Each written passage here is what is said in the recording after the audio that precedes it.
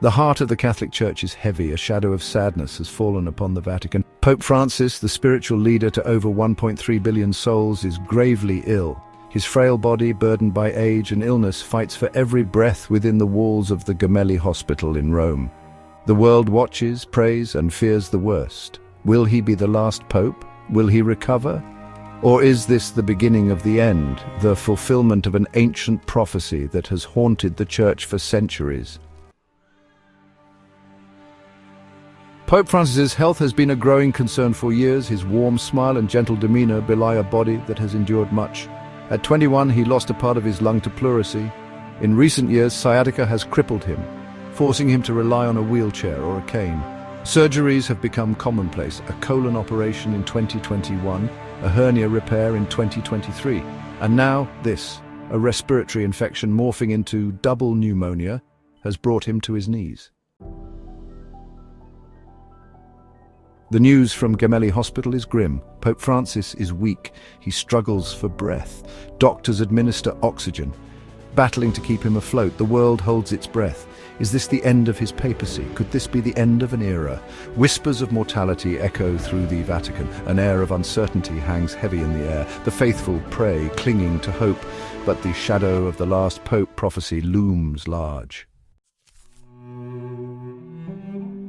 The prophecy of the popes is an ancient text, shrouded in mystery. This enigmatic manuscript has intrigued and baffled historians, theologians, and scholars for centuries. Its origins are cloaked in legend, and its contents are the subject of endless debate and speculation. Attributed to St. Malachy, a 12th century Irish bishop, the prophecy lists 112 short phrases in Latin, each purportedly describing a future pope.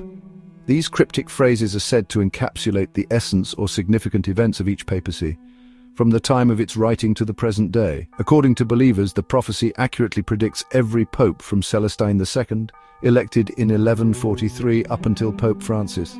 Each phrase, though brief, is believed to hold a mirror to the life and times of the pontiff it describes, often in ways that seem eerily precise. The prophecy's final entry, a chilling prediction, describes the last pope as Peter the Roman. This final pope is said to lead the Church through a period of great tribulation, a time of immense suffering and upheaval. He is described as a shepherd tending his flock amidst tribulation and persecution, ultimately witnessing the destruction of Rome. This ominous prediction has fueled countless theories and interpretations, with some seeing it as a metaphor for spiritual trials, while others fear it foretells literal cataclysmic events. The prophecy of Peter the Roman remains one of the most debated and mysterious aspects of St. Malachy's work, leaving us to wonder about the future it envisions. Peter the Roman, harbinger of the end? The similarities between the prophecy and Pope Francis are striking. The prophecy of St. Malachy, a 12th century Archbishop of Armagh, speaks of the final pope, referred to as Peter the Roman, who will preside over the Church during the end times. This prophecy has intrigued and alarmed many throughout the centuries. Born Jorge Mario Bergoglio in Buenos Aires, Argentina, Pope Francis has always been a figure of interest. His early life in Argentina, marked by his work among the poor and his rise through the ranks of the Church, set the stage for his future papacy. He chose the papal name Francis, a clear homage to St. Francis of Assisi, the revered saint known for his humility, simplicity, and dedication to the poor. This choice was seen as a signal of the kind of papacy he intended to lead. St. Francis of Assisi is celebrated for his deep compassion and commitment to helping the less fortunate. Pope Francis has mirrored these values, emphasizing social justice, economic equality, and care for the marginalized. But could this be a smokescreen, a way to deflect attention from the more ominous connection? Some believe that his actions, while noble, might be part of a larger, more foreboding narrative.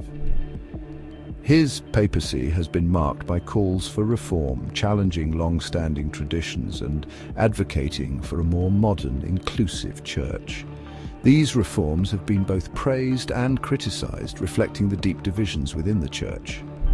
Pope Francis has pushed for a church that is more inclusive, welcoming people from all walks of life, regardless of their background or beliefs.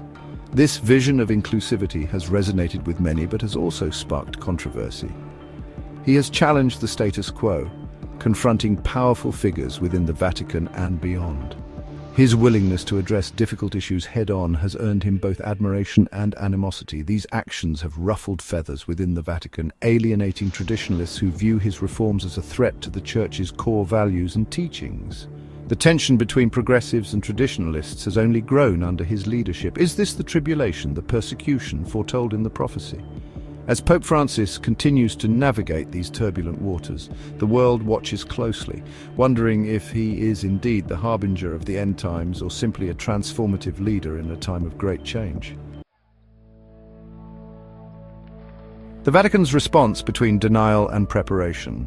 The Vatican officially dismisses the prophecy of the popes as a fabrication. They point to historical inconsistencies, suggesting the document was created centuries after St. Malachy to influence a papal election. Yet behind closed doors there is a palpable tension. Preparations for a papal conclave, the secret meeting where cardinals elect a new pope, are said to be underway. Logistical arrangements, security protocols and ceremonial procedures. All are being meticulously reviewed, updated and rehearsed. Behind the Vatican walls, preparations for a papal funeral. Outside the Vatican walls, Rome braces itself. The world holds its breath. The passing of a pope is a momentous event steeped in tradition and protocol. Preparations for Pope Francis's funeral are, according to sources, well underway. The weight of history, of tradition, hangs heavy in the air. The world watches, waits and prays as the Vatican prepares for the inevitable. A world awaits the weight of the prophecy. The world awaits news of Pope Francis's fate with bated breath. The air is thick with anticipation as millions around the globe hold their collective breath, waiting for any update. News channels are abuzz, broadcasting every minor development, every whisper of news. In Vatican City, the heart of the Catholic world, crowds have gathered, their faces a mix of hope and fear. The recent appearance of Pope Francis, frail yet resolute, has only heightened the tension. For some, his passing would be a tragedy, the loss of a charismatic and compassionate leader. Pope Francis has been a beacon of hope for many, his humility and kindness touching countless lives. His interactions with the crowds, his genuine smiles and his heartfelt words have endeared him to people of all faiths. The thought of losing such a figure is unbearable for many, a void that seems impossible to fill. For others, it would be a sign, the fulfillment of a long foretold prophecy. The prophecy of the popes, a centuries-old prediction, has loomed large in the minds of many. Scholars and theologians have debated its meaning, its implications, and its accuracy. The idea that Pope Francis's fate could be tied to such a prophecy adds a layer of mystique and foreboding to the current events. The prophecy of the popes may be dismissed as a mere myth by some. Skeptics argue that it is nothing more than a collection of vague predictions, open to interpretation and misinterpretation, yet its allure persists.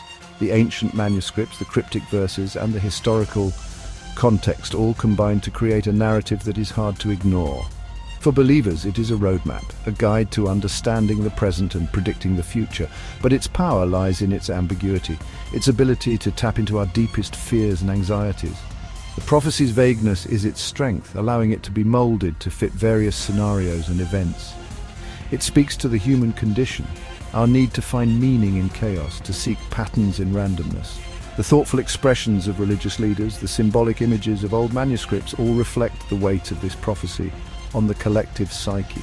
It is a reminder of our mortality, of the transient nature of power, and of the uncertainty of the future. The prophecy, whether true or not, serves as a poignant reminder of the impermanence of life and the fleeting nature of power.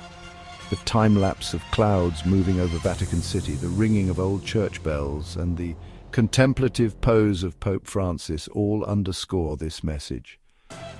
In the end, it is not the prophecy itself that holds power, but the way it resonates with our deepest fears and hopes. Conclusion, legacy and uncertainty. Pope Francis's health hangs in the balance, his fate uncertain. Whether he recovers or succumbs to his illness, his papacy has been one of compassion, humility, and a profound commitment to social justice. But the shadow of the last Pope prophecy will linger long after he is gone. It is a stark reminder of our own mortality and the uncertainty that lies ahead. One day we will all go back to our Creator, The world waits, watches and prays. Only time will tell what the future holds. Thank you for watching. See you on the next one. Keep praying for Pope Francis' fast recovery. Amen.